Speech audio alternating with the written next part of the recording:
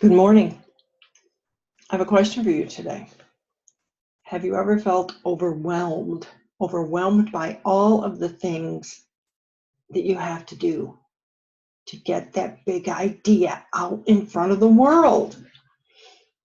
We're going to talk a little bit about that today in this episode or this session of Nurturing Big Ideas Book Review, Big Ideas in Books. I'm Yvonne DeVita. I'm your Big Idea Facilitator, and I'm an avid reader of all kinds of books.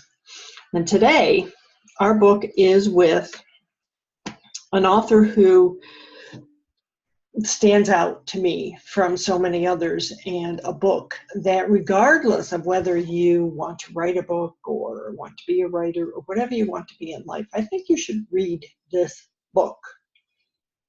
I'm going to read a little bit off of the back cover to give you somewhere to place yourself in this particular book review and an understanding of the title, Bird by Bird.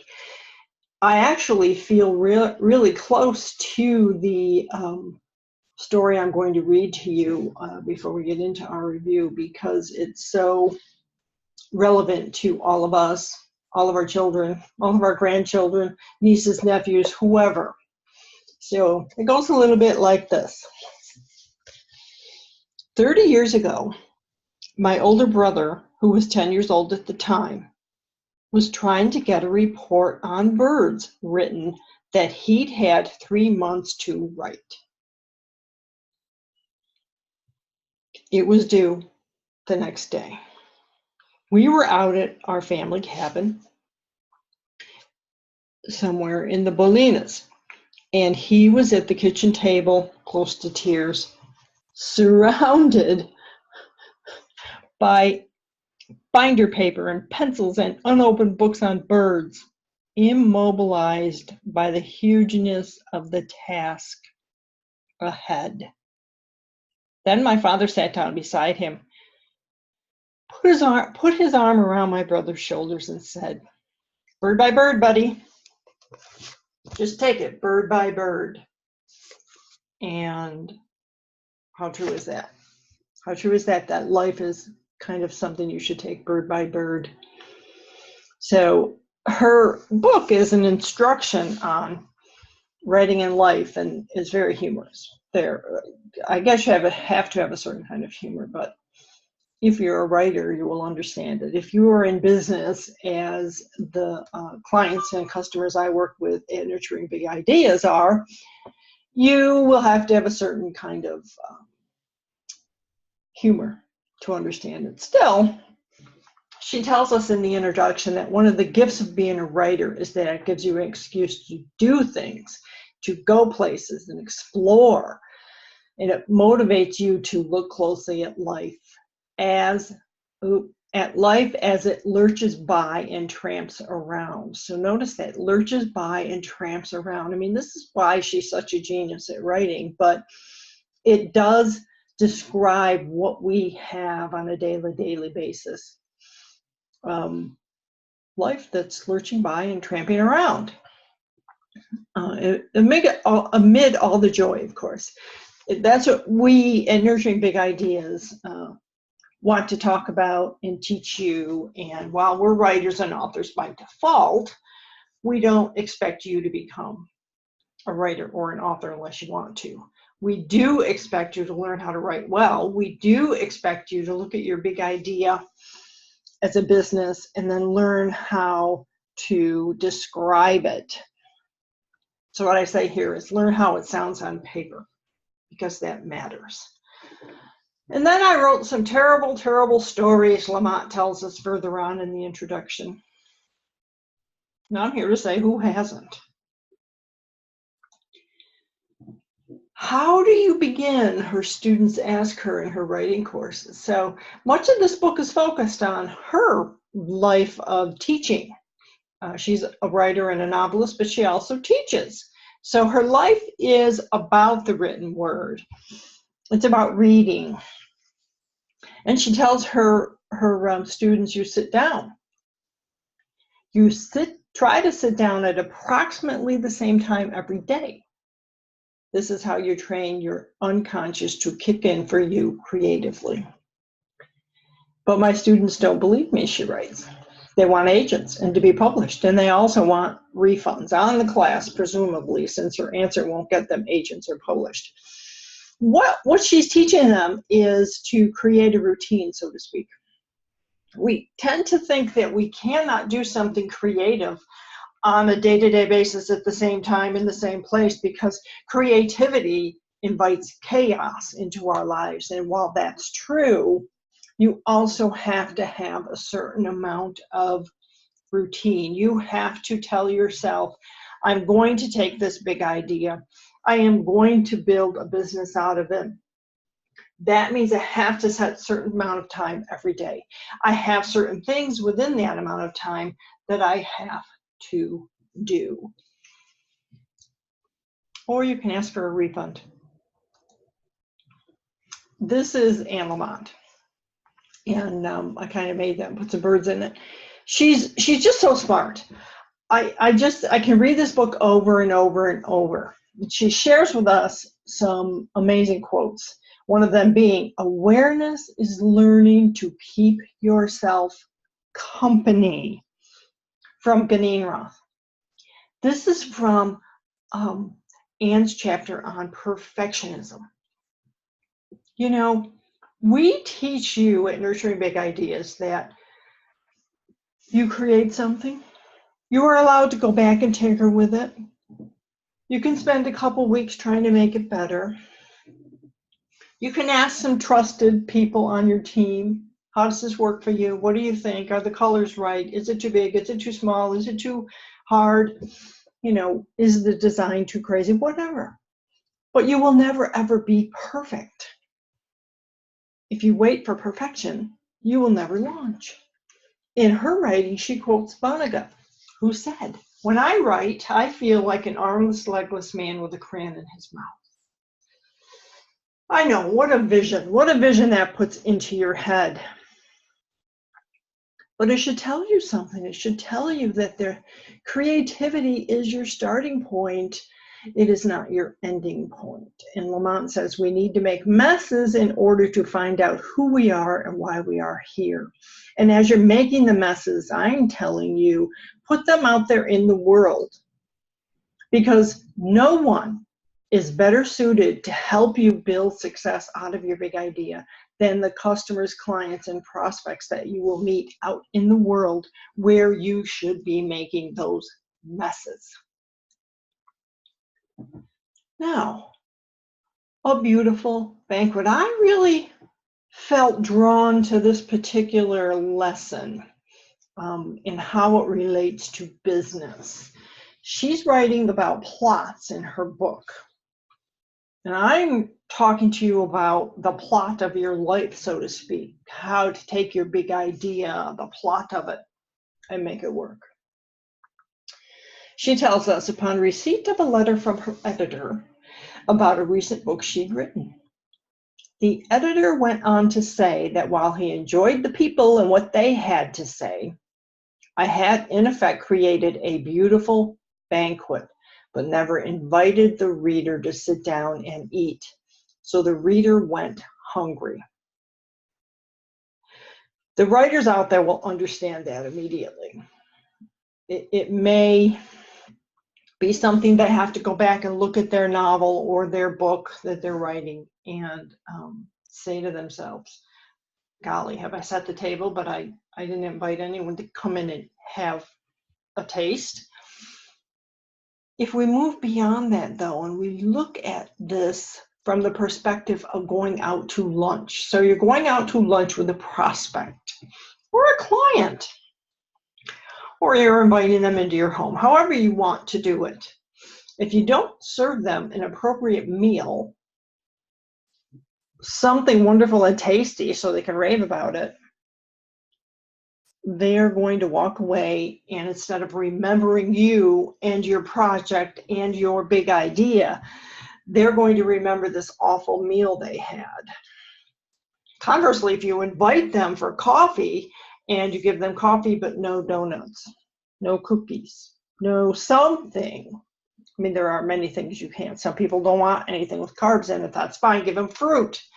The point of the matter is, be a good hostess. When you're a good hostess, you then are focused on them, and that is the whole thing, isn't it? We keep teaching you. It's all about them. It's not about you. It isn't even about your big idea so much. It's about how your big idea is going to make their life better. And we all love to sit down and eat. And eating is such a big part of the community aspect of everything we do. You need to serve them a good meal.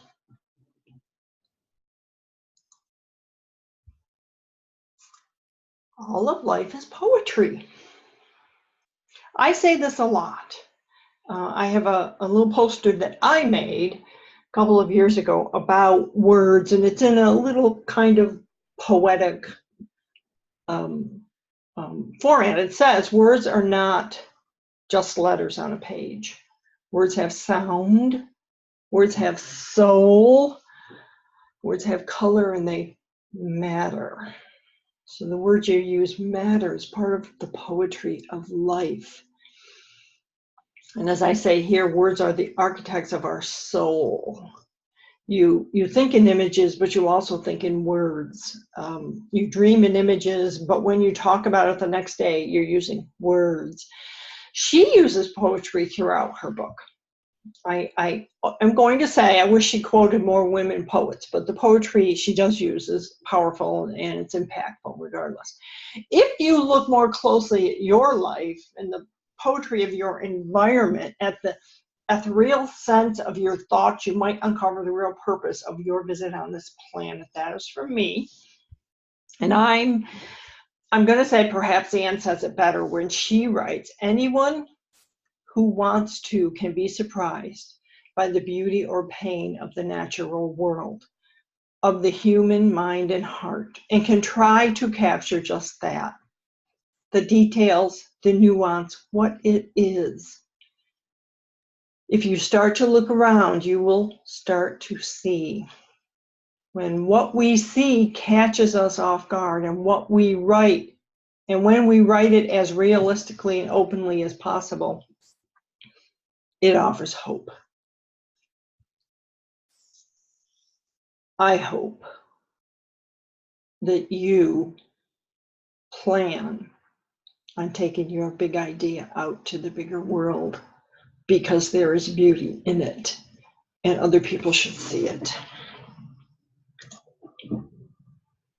This is a concept that is making the rounds and is very much out there, dance like no one was looking kind of thing. But, really, in an interview years ago, I was asked what I would do differently if I could go back and change something about my life or my business. And I thought about it and I said I would dance more. I would stop worrying about who was watching, and I'd let my inner joy move my feet. I really, the concept here is you can't worry what other people think about you, about your big idea, about your product, in the sense of, well, I'm going to be embarrassed. Well, they're going to criticize me. Well, what happens if they don't like it? All of those things will happen. I promise you they will, but you'll get over it. And if you get out there and you move your feet and you dance, and it doesn't matter if someone's watching. If they're watching, let them watch. She says in her chapter on broccoli, yeah, I'm not going to tell you, but it's a really cool chapter. Who writes a chapter on broccoli that isn't a cookbook? She says, you get your confidence and intuition back by trusting yourself. Don't look at your feet to see if you are doing it right. Just dance. And seriously, you want help, you want a mentor, we're here for that. But you have to be prepared to go out there and move your feet and invite other people to join you.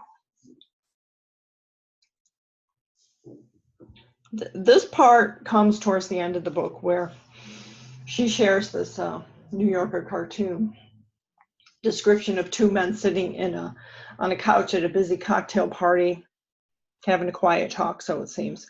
And one man has a beard, so he's the writer of the group. It's a rather big stereotype, but still you recognize he's the writer. And the other guy is just a person.